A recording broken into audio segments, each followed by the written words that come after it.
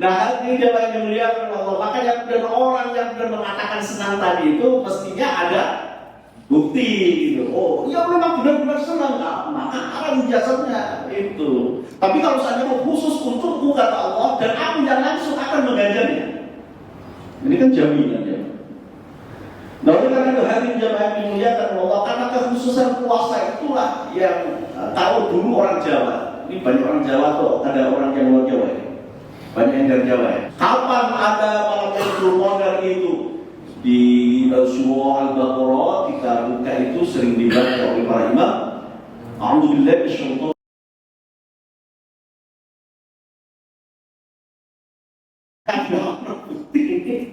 Nah, hati jamaah yang dimuliakan Allah. Makanya dan orang yang mengatakan senang tadi itu mestinya ada bukti gitu. Oh, ya memang benar-benar senang, maka haram jasanya itu. Tapi kalau seandainya hanya sekedar aku selalu datang dalam alhamdulillah, tidak bodoh. Alhamdulillah Ramadan tidak melakukan kebaikan-kebaikan di sana. Makanya kemudian jika kemudian senang datang bulan Ramadan, ya maka harus kemudian membuktikan bagaimana dan cara mencintai bulan Ramadan atau senang ketika datang bulan Ramadan. Baik jemaah yang dimuliakan Allah, ada 4 hal barang singkat saja yang saya sampaikan dahsyatnya bulan Ramadan. Yang pertama hadirin, posisi seorang hamba paling dekat dengan Allah Subhanahu wa taala itu adalah di saat dia itu berpuasa. Pada saat kemudian dia itu berpuasa, itu posisi terdekat seorang hamba dengan Tuhannya.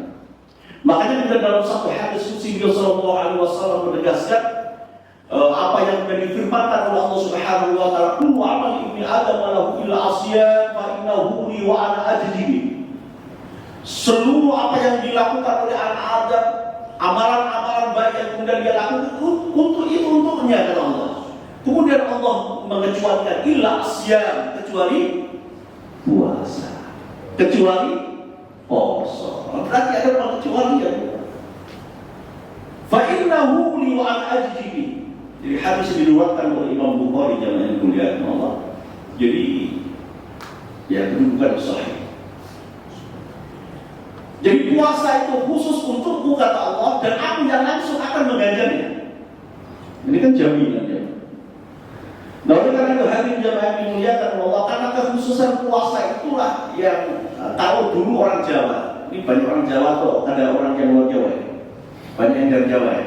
Orang Jawa dulu itu kalau kemudian memiliki hajatan besar, ada yang luar Jawa. Ada orang yang hajatan besar. Saya itu kalau kemudian ke Kalimantan, kalau kemudian ke Riau dan sebagainya, ketemunya juga orang Jawa, orang Jakarta. Dari mana? Ponorogo banyak dari. Kalau saya ke Kalimantan banyak yang dari ini orang lama, jualan apa itu ya. Wah itu orang lama suka itu. Ternyata dari sana juga. Iya orang Madura juga. Orang Jawa juga. Nah orang Jawa itu Jawa yang dimuliakan Allah. Kalau seandainya dia itu memiliki hajat besar, mesti ada yang namanya tirakatan. Nah tirakat apa yang biasa dilakukan oleh orang-orang zaman dulu? Mas Aniran tahu itu. Terlepas dari ngapunten, terlepas dari salah dan kurang benar dan sebagainya. Karena orang Jawa macam-macam ya. Orang poso muti, poso rongok, poso gantung, poso wae, poso menggembah sembarang dina. Itu di luar dari itu. Tapi yang jelas sudah mereka lakukan adalah puasa. Nah puasa yang diajarkan oleh beliau baginda Rasul Muhammad SAW itu adalah terbenar. Makanya kemudian puasa yang dilakukan oleh Rasul atau kemudian yang dicontohkan oleh beliau baginda Rasul SAW itulah yang. Jadi kalau kemudian tadi itu ada banyak macam warna dan sebagainya sehingga diajar mau Kanjeng Nabi mawon itu kadang dijaga oleh Allah. Apalagi yang diajarkan oleh beliau baginda Rasul Muhammad SAW.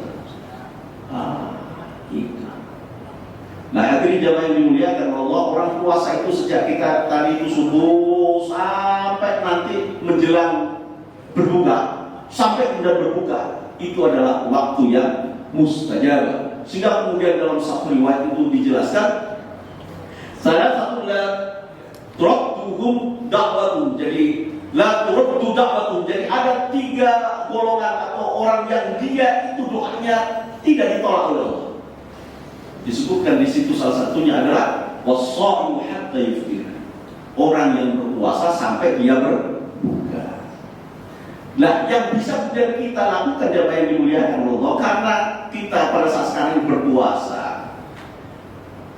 dalam kondisi yang kemudian posisi yang terdekat dengan Allah Subhanahu wa taala. Jadi mau pengelolaan pelajaran dia manfaatkan ini dengan sebaik-baiknya.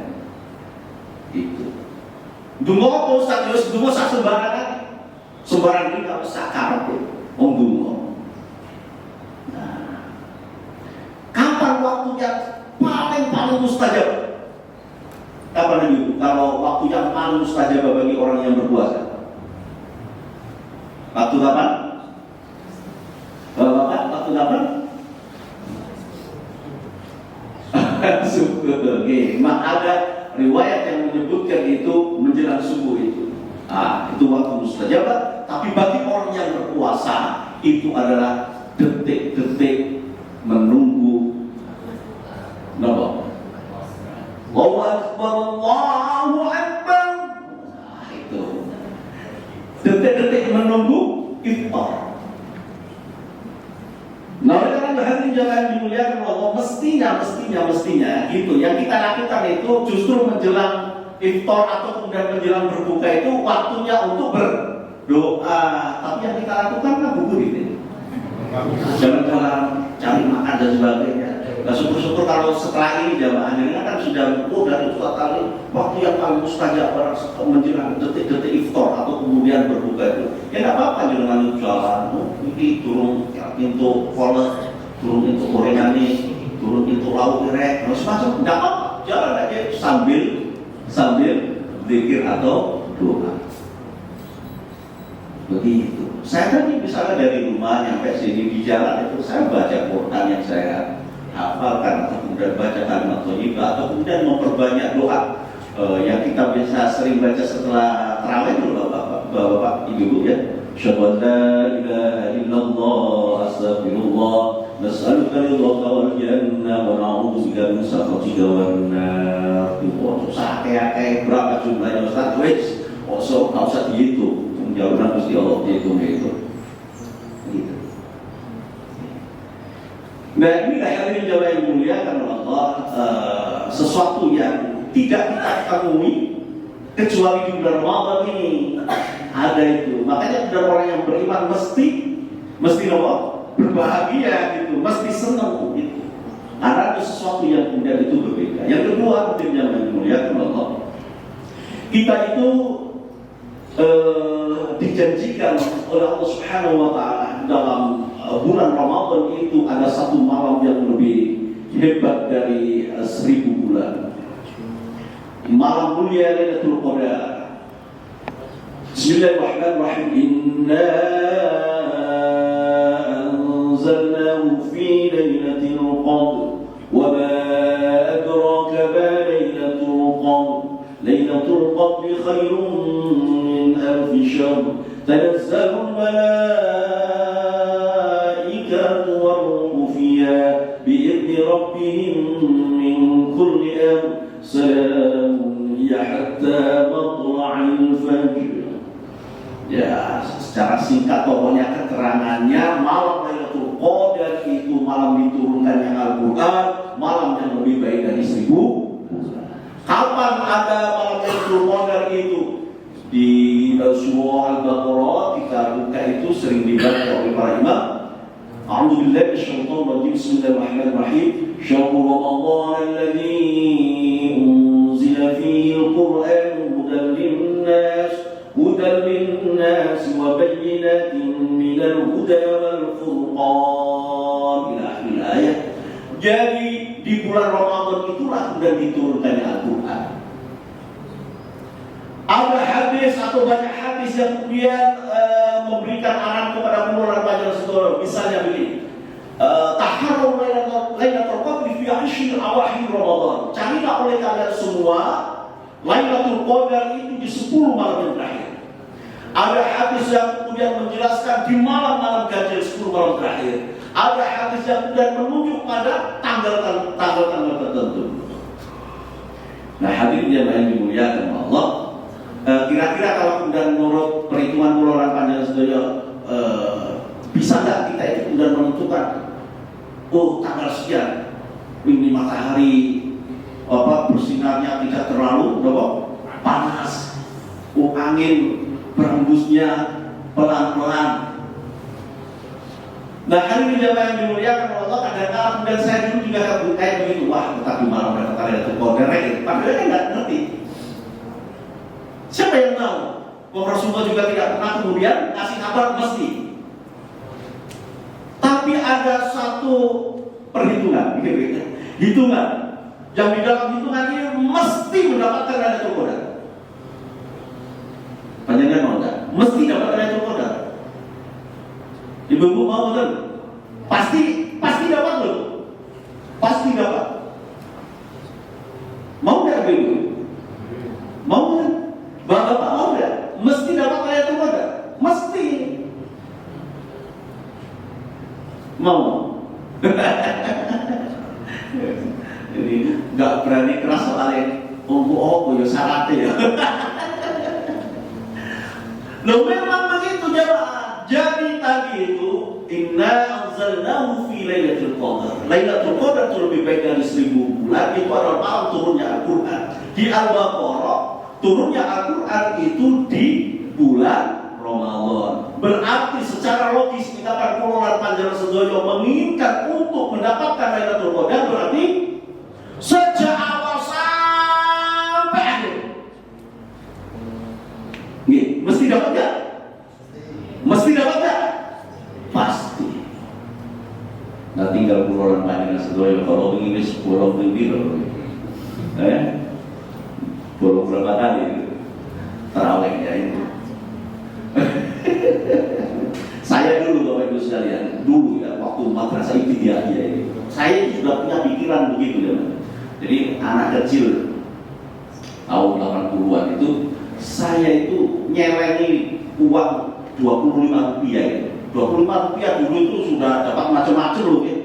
Untuk es 5 rupiah, untuk kerupuk, untuk korma, ini macam-macam selawe itu. Dan saya ini untuk kerupuk bukan? Kerupuk sak cuman bukan separuh, saya 500 sih. 500. Lah selawe atau 25 rupiah itu berapa persennya itu udah? Kan biasa hibrid itu kan. Tidak ada nilai. Tapi zaman dulu masya Allah luar biasa itu. Dan anak kecil waktu itu saya itu nyalain saya itu punya pengharapan begini, saya akan nyalain 25 rupiah itu sampai 32. Jadi dulu ada bambu itu saya geraji, saya masukkan situ. Lah itu jaga nih, nanti kalau datang bulan Ramadan setiap terawih tak bawa satu-satu kunting. Saya itu cocok kunting ya lah. Oh enggak. Itu karena permen kain itu kunting begitu. Itu 25 rupiah. Jadi saya berharap sampai dan 30 hari wes mesti itu. Nah sekarang kalau sekarang ya mau dengan sedoyo kuatnya sak berapa, 2.000, 5.000, 10.000, 1.000 mau. Kalau bisa tiap hari, masya Allah. Jadi ini tips mesti dah. Nah makanya kemudian pesan saya yang dimuliakan oleh Allah bapak-bapak ini terutama apalagi kalau di sini wonten sip wonten ada kerja sip enggak ya? Ada sebagian enggak ada ya. Nah kalau saya benar ada sip kebetulan langsung aku capek dan sebagainya, saya pesan saja jangan sampai tinggalkan meskipun 2 rakaat, meskipun 2 rakaat meskipun 2 rakaat. Oke, mantap. Ya syukur-syukur 1 rakaat, syukur-syukur tingkat malik 8 rakaat, syukur-syukur iso 20 rakaat. Kalau bisa tambah lagi nanti sebelum sahur atau kemudian setelah sahur. Saya biasa begitu. Jadi setelah apa? Lu itu kan sudah witir tadi ya witir, tapi nanti kan nggak pakai witir lagi. Ya, cukup udah witir itu sekali aja. Gitu. Baik, jamaah yang mulia Allah. Kayaknya sudah cukup sekian saja ini ya. Saya minta tanya jawab aja deh. Monggo, kalau ada yang mau ditanyakan terkait dengan bulan Ramadan, saya persilakan biar hidup. Saya biasanya kalau ngisi ngaji dan sebagainya itu senang kalau ada yang bertanya, itu berarti aspirasi dari bawah gitu. Saya ngajar aja kayak begitu, silakan mahasiswa-mahasiswa itu saya kamu baca sebanyak-banyak apa yang kemudian kamu dapat dari medsos, yang kamu dapat dari bacaan-bacaan yang kalian itu baca terkait dengan materi yang sedang kita bahas. Silakan dan kita diskusikan. Mumpung boleh ngomong apa saja gitu. Monggo, kalau ada pertanyaan, ibu-ibu kalau kemarin itu hutang-hutangnya sudah selesai belum ya? Itu saya kalau ngisi bulan-bulan Syaban itu ya, bulan-bulan Syaban itu ngisi ibu-ibu pengajian dan sebagainya, saya ingatkan terus itu, ini bulan terakhir itu, jangan sampai kemudian hutang kemarin itu jadi tunggaan gitu ya, nunggak gitu, itu saya itu nanti. Baik, silakan. Kalau saya ada pertanyaan monggo, sampai silakan. Ini sudah 15 menit. Ayo, monggo. Nggak biasa tanya ini bapak-bapak ibu ini.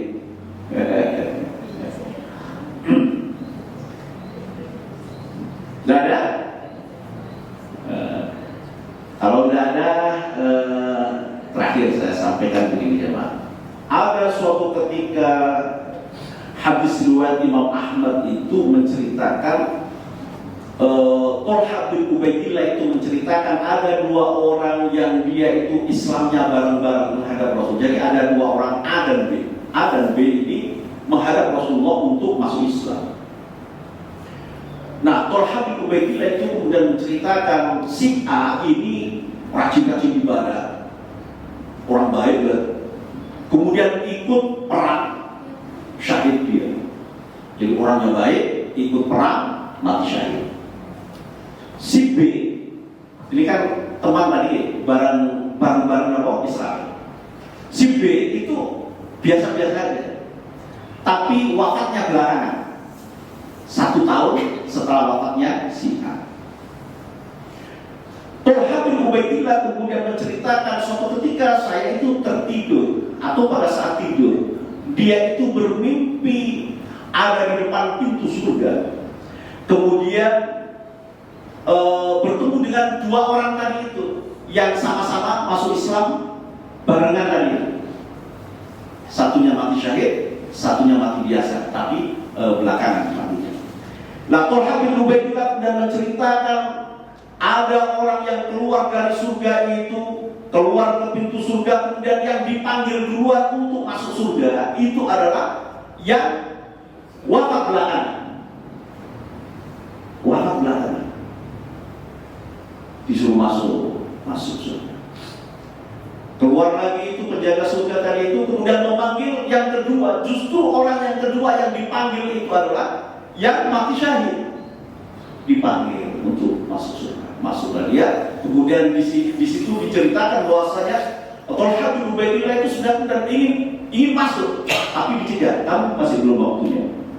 Akhirnya kemudian dia terbangun dan pada keesokan harinya kemudian diceritakanlah itu kemudian kepada para sahabat. Para sahabat diorami, musuh iso kan secara logis kira-kira yang masuk surga duluan yang syahid atau yang mati belakangan ya Pak? Yang baik atau yang biasa-biasa saja? Yang baik. Tapi itu kemudian yang dipanggil terlebih dahulu adalah orang yang biasa tadi itu, yang matinya 1 tahun setelah wafatnya teman yang syahid tadi. Itu apa bahasanya? Kalau kemudian bahasa kalau sekarang itu menjadi apa? Trending topic. Trending topic. Semua orang membahas itu dan Tolha bin Ubaidillah memang menceritakan itu. Sampailah kemudian peristiwa itu kepada beliau baginda Rasulullah Muhammad SAW. Ya. Nah, hadirin jamaah yang dimuliakan Allah, ketika kemudian peristiwa itu sampai ke telinga beliau Rasulullah SAW, beliau kemudian bertanya pada Rasul, apa yang kalian ributkan? Bukankah kemudian si B tadi itu kan mati yang dipanggil awal itu masuk surga duluan itu, bukankah dia itu matinya 1 tahun lebih terlambat? Qalu bala, iya ya Rasul. Kemudian Rasulullah dia tanya secara retorika ya, biar orang itu berpikir aja. Bukankah kemudian dia itu bertemu dengan bulan Ramadan, fasoma wa shalla kaza wa kaza fi sanati. Bukankah kemudian orang yang mati belakangan tadi itu ketemu dengan bulan Ramadan, kemudian dia puasa, dia sholat, dia melakukan berbagai macam kebaikan-kebaikan pada tahun itu. Oh bala, iya ya Rasul. Gitu. Nah makanya kemudian beliau Rasul Muhammad SAW sampai kemudian menegaskan, kalau seandainya kemudian diukur jaraknya antara A dan B tadi itu, antara dua sahabat tadi itu, baik awa'adu mimma bainas sama'i wal ardh. Jaraknya itu bisa sampai antara langit dan bumi. Lebih dulu mana? Orang yang mati belakangan tadi itu. Kenapa? Karena ketemu dengan Ramadan. Nah tentunya ketika ketemu dengan bulan Ramadan, dia itu mempergunakan sebaik-baiknya bulan Ramadan karena kesempatan ketemu dengan bulan Ramadan. Rawahu hadis ini diriwayatkan oleh Imam Ahmad dan banyak ulama yang sudah sahihkan itu. Wallahu a'lam. Nah, kalau seandainya benar Pulau Panjang sendiri memang bisa dan mampu untuk mempergunakan dengan sebanyak-banyaknya kebaikan di bulan Ramadan ini, insya Allah boleh jadi kemudian bisa mendahului dari orang syahid sekalipun.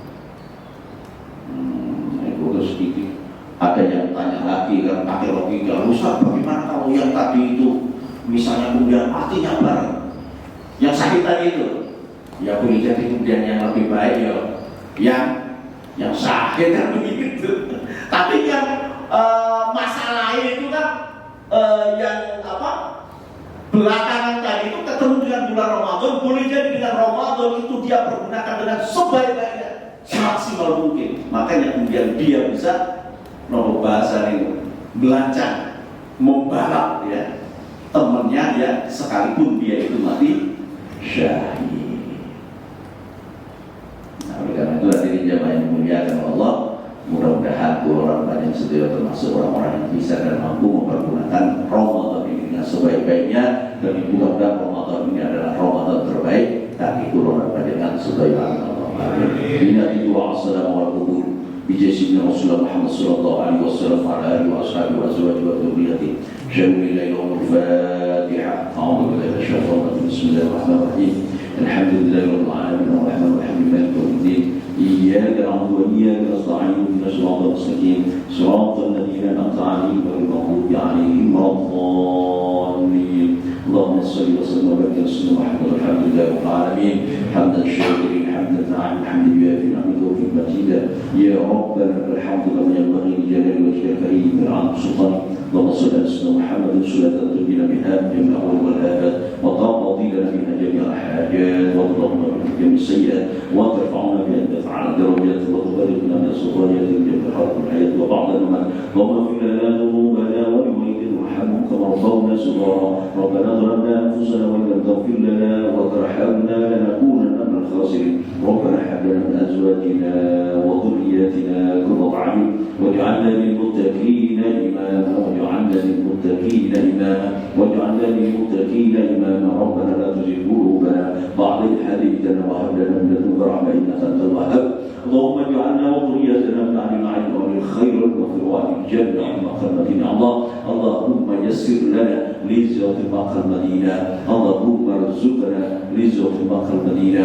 اللهم يسر لكل حاجاتنا من حوائج الدنيا والآخرة. اللهم ربنا تقبل منا صلاتنا وصيامنا وقيامنا وركوعنا وسجودنا وقراءتنا وتخصصنا وتضرعنا وتمن تسرنا يا الله يا الله يا ارحم الراحمين. وصلى الله على سيدنا محمد النبي الامي وعلى اله وصحبه وسلم.